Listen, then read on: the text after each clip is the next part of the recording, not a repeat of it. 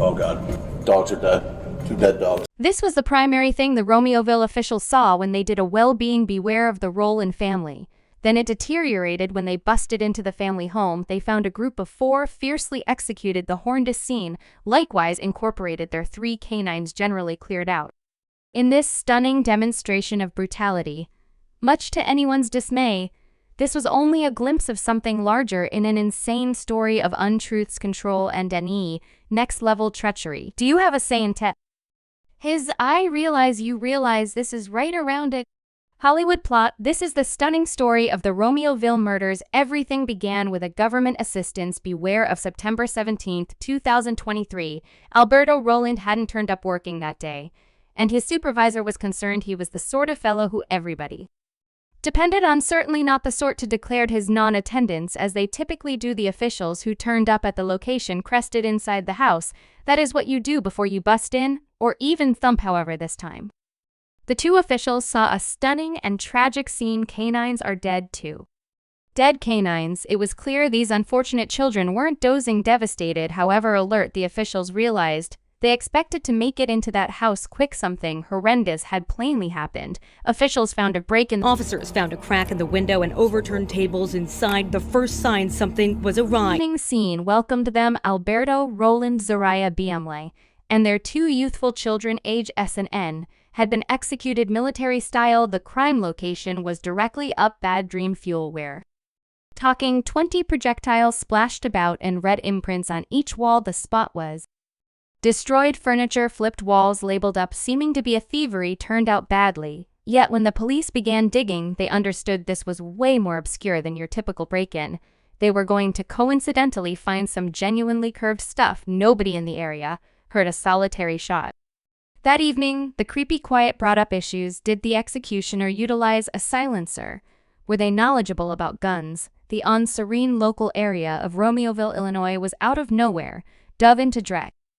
And vulnerability. Guardians held their youngsters closer, and neighbors started to take a gander at one another, contrastingly contemplating whether the culprit was living among them. Terrible things happen when a local area loses trust in each other. However, it wouldn't be some time before specialists would find the impossible beast behind everything. As the companions group looked through the crime location, they found essential proof that would lead them down a dim and contorted way. They sorted out cell records, film from adjacent surveillance cameras, and information from tag perusers. Gradually a chilling picture arisen of the occasions paving the way to that critical night. What they uncovered was stunning, a complicated homicide plot arranged by a rural couple so perplexing and upsetting that it staggered even veteran analysts. At the core of this sickening story were Nathan Huigier, a previous safety officer, and his life partner Emerald Linda Palomo. As specialists dug further, they uncovered a story of treachery, envy,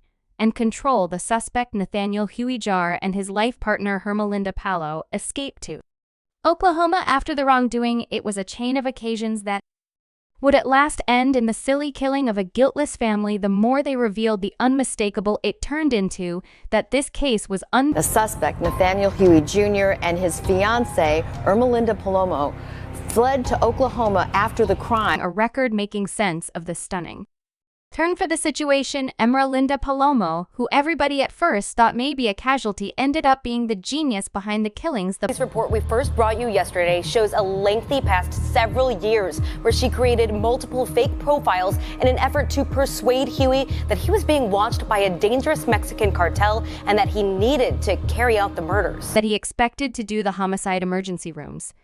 This disclosure shook the whole town deeply and left even the most experienced investigators totally sucker-punched. Individuals who had known Palomo for quite a long time attempted to accommodate the picture of the apparently typical rural lady with the determined crook plan. She ended up being the degree of her trickery was practically inconceivable. For almost 2 years before the killings took place, she had been caught up with making and dealing with various phony web-based personalities. Each of these made-up characters had a significant impact in her intricate arrangement. Utilizing a portable application that could produce different telephone numbers, Palo made a whole cast of Fictitious characters including Mexican medication cartel supervisors, compromising contract killer, and talented PC programmers. Through these phony characters, she created a story so credible that it ultimately pushed Huey to commit a demonstration of savagery that nobody might have envisioned. Colo's strategy of controlling Huey was, however, shrewd, as it seemed to be distinct. She claimed to be different individuals from a mad-up drug cartel, utilizing expendable telephones and informing applications to rejuvenate her organization of phony personas. Through these characters, she gradually persuaded Huey that he was overall continually watched and constrained by a risky criminal association. How much detail she put into her double dealing was shocking, and went a long ways past sending messages. The phony rep Fake accounts also sent threatening messages to Rolona and Bartolome, threatening their children if she didn't stop her affair with Huey. That she didn't stop undertaking with Huey Palomo made counterfeit news stories and whole sites to cause her story to appear to be all the more genuine. She even utilized programming to change her voice, leaving compromising voice messages that seemed like they came from various individuals. This was all finished to help her account of a strong, fair, and wide cartel that had its eyes on Hawaii. The degree of arranging and exertion she put into this trickiness was extraordinary, to the point that it is difficult to envision how somebody can keep up with such an intricate lie for such a long time. Palomo's insane arrangement came from a profound feeling of dread toward losing Kay, why her accomplice of 8 years. When she figured out he was cheating with Zita Balom, she lost it. As opposed to facing him or leaving, she made this entire phony world to hold him under her influence. She began this in light of the report to keep him loyal in his treachery to her way. Had no idea that the risky cartel individuals he believed were keeping a close eye on him were simply Paloma sitting behind a screen and pulling each of the strings. The people in question of this harrowing tale were trapped, wrecked of cheating and envy, that they had hardly any familiarity with this undertaking. Set off Palomo's dim arrangement to control Huey and dispose of the lady she saw as a danger. On September 16, 2023, things took a frightening transform. Huey broke into the Roland Balaam home outfitted and thinking he was following cartel orders. He was simply doing precisely exact thing Palomo instructed him to do. Through her phony cartel character, what occurred next was past severe. Huey shot Alberto first. Then he found Zarita and killed the 2 young men. Crouched together in another room, the family's 3 canines didn't get away from this silly savagery. It is possible that it was a finished crash of guiltless lives, all as a result of one lady's desire and control. While Palomo's control was outrageous, Huey's activities were past her horrendous. Controlled or not, it takes a specific sort of individual to complete such a fierce demonstration. Taking out the whole family, including small kids and even pets, uncovers a profoundly upsetting side to Huey's personality no measure of control can completely pardon or make sense of. Away the decision to commit such a demonstration of brutality. This misfortune features the risks of control as well as the limit with regards to outrageous savagery that can sneak inside apparently common individuals. Attempting to conceal what he'd done, Huey splash painted the walls and destroyed the spot, trusting it would seem to be a thievery turned sour. In the meantime, Palomo sat holding up in her vehicle outside, watching her curved arrangement play out similarly as she'd envisioned not long after the killings. Both Huey and Palomo were pulled in for scrutinizing the contrast between them. During the meetings was striking and frightening. Huey was a basket case when the police conversed with him about his work, and exactly the same thing occurred in the cross-examination room.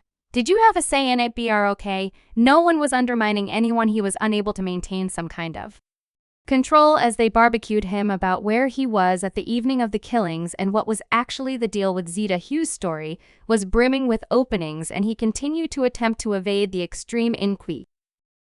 When posed on the off chance that he had any firearms, he absolutely lied and said no even. However, he claimed a security organization he additionally wouldn't allow the police to check his vehicle, presumably on the grounds that he understood what. Think about this still on your side of it. Yeah. So I'll think about this as me. Yeah. What would be my argument later on if the police kept calling me, harassing me, or kept saying that I'm the one? I'd be like, well, no, I let you look at my car. I gave you a DNA sample. There's no blood in my car. My vehicle, precisely except for Huai, kept on denying consent, the manner in which he acted, all restless, keeping away from eye-to-eye connection, set off significant caution. Chimes for the examiners. They were at that point assembling the pieces from his telephone records and surveillance camera film. And Hugh's conduct just made him look much more dubious, Palomo, interestingly. Relaxed during her meeting, she acted all stunned and disturbed when they proposed he may be involved. We're researching a homicide murder. She concocted this very nitty-gritty tale about where they were the evening of the killings. He goes to Milwaukee, Bristol. And it's not paint, it's earsoof. As indicated by her, they'd been drinking at home when Huey crashed out in the carport and her in her room. She even went to the extent that giving an in-depth of their day, discussing excursions to the store and spending time with family. Her demonstration was great, to the point that at first the police figured she may very well be an observer, not a suspect. Palomo lied like a genius, tossing in this multitude of little subtleties, and in any event, getting profound on occasion. She even professed to be stressed over Huey duping, behaving like a concerned life partner who had quite recently learned about the undertaking. However, the opportunity didn't keep going long. 2 days after the police let them go on September 20th, 2023, Huey and Palomo probably understood the police were onto them. They took off, passing on Illinois and traveling west. Their endeavor to escape transformed into a wild, rapid pursuit in Casa, Oklahoma. It is insane to believe that not long before this, surveillance cameras at a Walmart found them shopping together, looking thoroughly chill and, surprisingly, grinning in. They had no clue they were going to have their last standoff with the police as squad cars pursued them down the thruway. All the pressure and dread that had been developing for quite a long time at last detonated. The pursuit finished in a brutal accident when Huey let completely go and rammed into a hindrance escape, the vehicle in the bedlam that followed. With their vehicle disintegrating, Huey took one final frantic action. Perhaps he at last acknowledged how Paloma had been playing him, or perhaps he just couldn't confront what was coming one way or the other.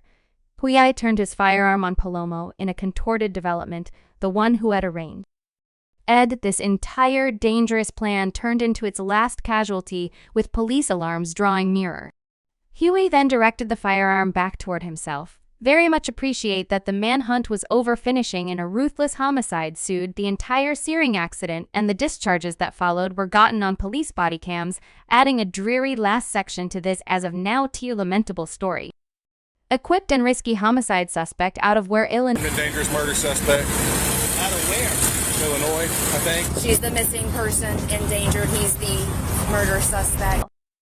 Ings and the couple's getaway endeavor. They at long last perceived the reason why Palomo did what she did. Her intricate falsehood came from a urgent need to keep Huey from cheating again. When they glanced through Palomo's messages, they saw a lady totally eaten up by envy and frightened of being let be, as opposed to facing Huey about his undertaking or simply finishing things. She constructed this entire phony existence where she had some control over all that he did. As investigators dove into Palomo's computerized life, they uncovered the full size of her misdirection. She had set up many phony virtual entertainment accounts, email locations, and telephone numbers, everyone claiming to be an alternate part of her made-up cartel. Utilizing these phony personalities, she bossed Huey around, compromised him, and completely distorted his feeling of genuine. She'd send messages at the entire hours, ensuring Huey consistently felt like he was being watched and constrained. Palomo didn't stop at simply sending messages. She utilized tech to make her untruth significantly seriously persuading. She utilized programming to change her voice, leaving unnerving voice messages that seemed like they were from cartel master. She even altered photographs to make counterfeit proof of cartel exercises and make it look like Huey was engaged with one very dreadful move. She faked her own hijacking to oversee Huey and push him towards savagery. She had essentially made a whole phony world, making Huey genuinely accept he was working for a hazardous criminal association. This conviction at last drove him to carry out those horrendous homicides, thinking he was following cartel arranges and attempting to safeguard himself from being killed. It was like Palomo had coordinated a frightening film with Huey as the clueless let enter to Aner, who thought it was all genuine as Romeoville and the entire nation attempted to figure out this stunning case. Individuals began discussing how to detect the advance notice indications of oppressive and manipulative conduct. The heartbreaking story of the Roland Balaam family reminds us all that it is so critical to focus on indications of unsteady conduct in individuals around us. This case featured a few warnings. We ought to all keep an eye out for outrageous envy and possessiveness, like Palomo's fixation on controlling Huey can be the most vital move towards more serious controlling conduct. Controllers frequently attempt to disengage their casualties from loved ones. Similarly, as Huey turned out to be increasingly more cut off from others as he got sucked into Palomo's phony world, gaslighting and contorting reality, which Palo took to an unheard of level, can make an individual uncertainty their own judgment and move away from what's genuine. Individuals being controlled could show unexpected mindset changes or act in manners that appear to be bizarre. Like, furthermore, unexplained unlucky deficiencies are normal in IF connections, and both Huey and Palomo showed this conduct. Any sort of dangers or terrorizing, regardless of whether they appear to be circuitous, ought to be viewed in a serious way. Palomo's utilization of innovation to control Huey reminds us to be cautious about how our gadgets and online existences can be utilized against us,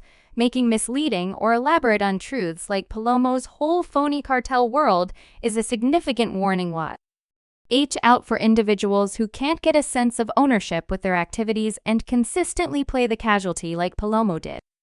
In her police interview, at long last Blade focus on how conduct raises over the long run. Palomo's activities went from desire to complex control to organizing murder, demonstrating the way that oppressive way of behaving can deteriorate on the off chance that it's not halted. The Romeoville murders show us what can happen when envy, control, and savagery continue unrestrained. It's a reminder for us all to be more aware of shout out when something appears to be not exactly right and to connect with individuals who may be battling. We should utilize this misfortune to roll out genuine improvements by bringing issues to light, advancing solid connections, and building solid, encouraging groups of people. We can attempt to forestall future misfortunes this way. We can make something positive from this horrendous misfortune and guarantee that Alberto Zarita and their children didn't bite the dust to know. And hello, you all. Gratitude for watching. Leave an insightful remark for those lost, and let me in on how you figure we can help ourselves and keep each other safe. Catch you soon, and remember to like and buy in before you go.